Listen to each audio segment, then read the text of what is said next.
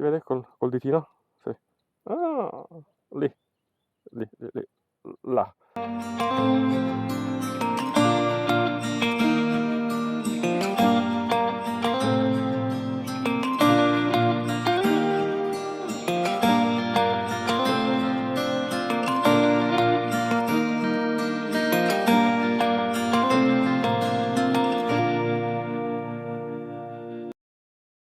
Sono costretto a registrare la mia voce in differita perché mi sono accorto che il cavo di alimentazione della telecamera sbatteva tanto bene proprio sul microfono. E siccome quel tac tac tac consecutivo era abbastanza alienante, un po' come due dita infilate su per l'ano, e siccome io non sono il vostro proctologo, allora eccomi qui a raccontarvi fuori campo cosa è successo. Allora, come visto alla fine del video precedente, arrivo al Belvedere di Piastra. Parcheggio leggermente distante da un Westalia, campalizzato, con tanto di famiglie prole, che stavano insomma lì divertendosi al parco, davanti poi dove io mi ero parcheggiato.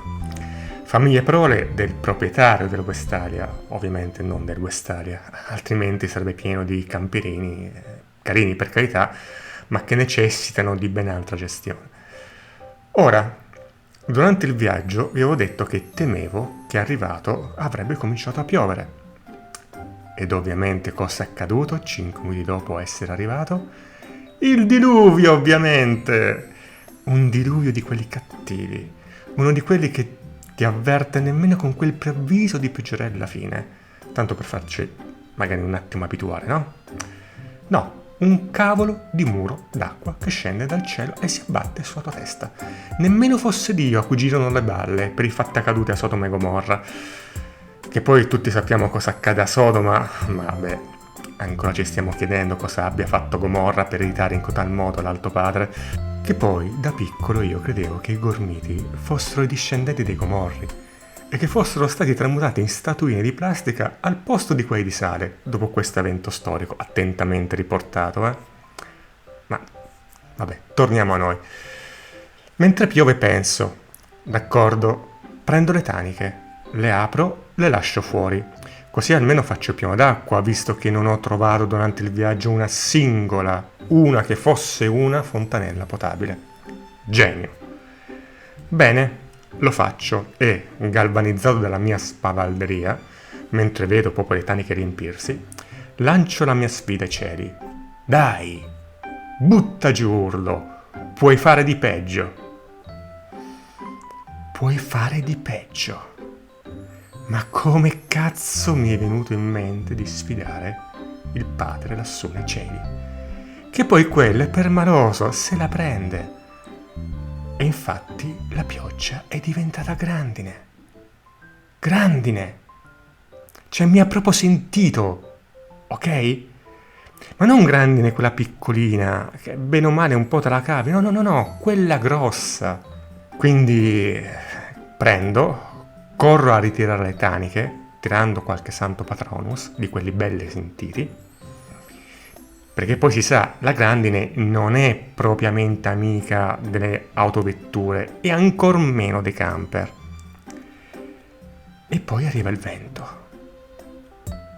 C'è letteralmente un muro d'aria, delle raffiche di vento così forti e improvvise che già la cellula non pesa poco.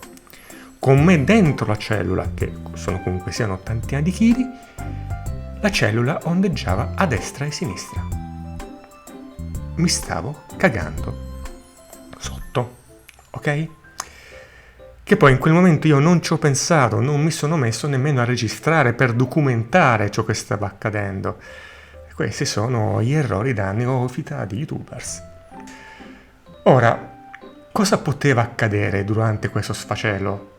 Mentre ovviamente i cessi chimici della zona incominciavano a prendere un po' le vele cieli come moderni aquiloni, ovviamente arriva il coglione di turno che con il suo SUV di merda, che pur non entrandoci in larghezza e si vedeva che non entravi con quel SUV, decide di parcheggiare in mezzo tra il mio camper e il Westalia. Ora, già il gesto in sé per sé mi fa girare le balle. ma me ne fa girare tanto, d'accordo? Ma almeno ci fosse lo spazio per entrare. No, ti infili lasciando uno spazio di 3 mm tra me e l'altra persona, quel padre di famiglia che ho raccontato prima, che tanto arriva una ventata un po' più forte, e arrivavano, c'è il rischio che piegandosi la cellula dal lato tuo, la parete entri in collisione con il tuo SUV.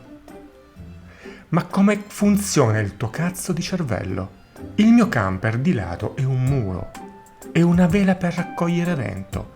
In quel momento è l'ultima cosa che dovresti fare è metterti accanto a una distanza di 1 millimetro sul mio lato. Non solo, la forte pioggia a cui si era mischiata la grandine, con il vento, quindi proprio, ok, stava incominciando a portare via da sotto le ruote la terra dal camper.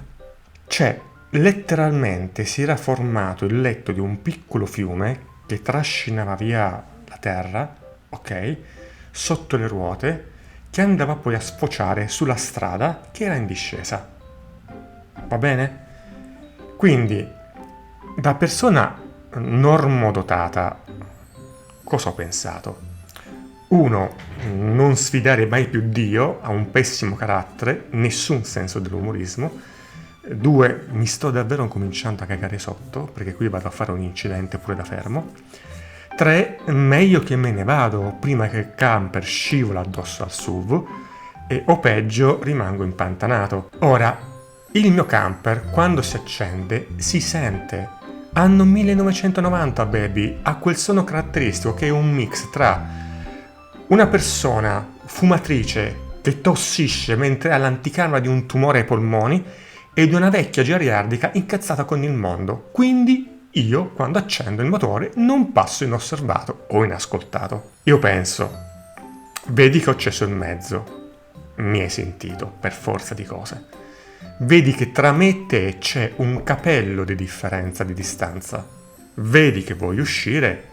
Beh, ti leverai dal cazzo, no? No.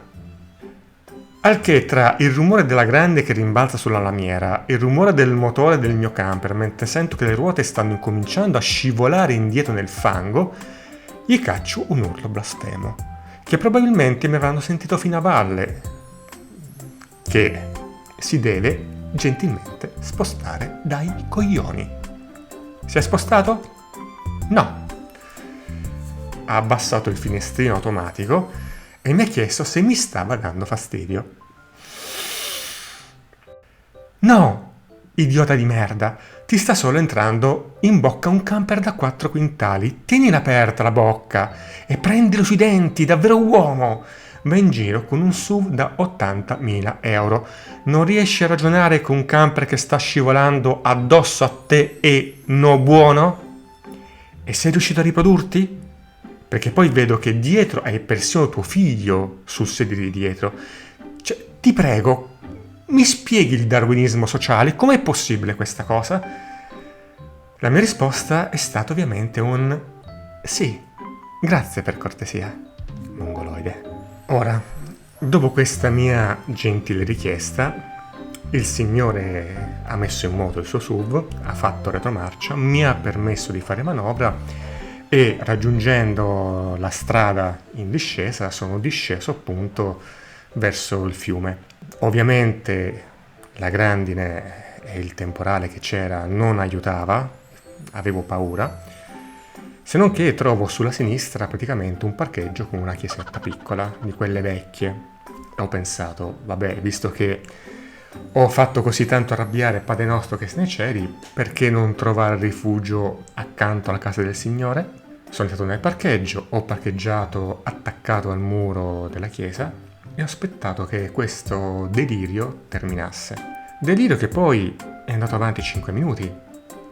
Cioè, veramente se aspettavo 5 minuti da sopra, forse non avevo neanche bisogno di andarmene via, se non fosse che il camper stava praticamente andando per i cavoli suoi e forse sarei andato addosso a un chiaro segno di darwinismo sociale sotto forma di essere umano. Al che, una volta finalmente terminato tutto quanto, mi metto un attimo a controllare tramite Google Maps quali possono essere le mie opzioni, perché di rimanere parcheggiato lì alla chiesa magari per 1 o 2 giorni come spot non mi sembrava la cosa ideale.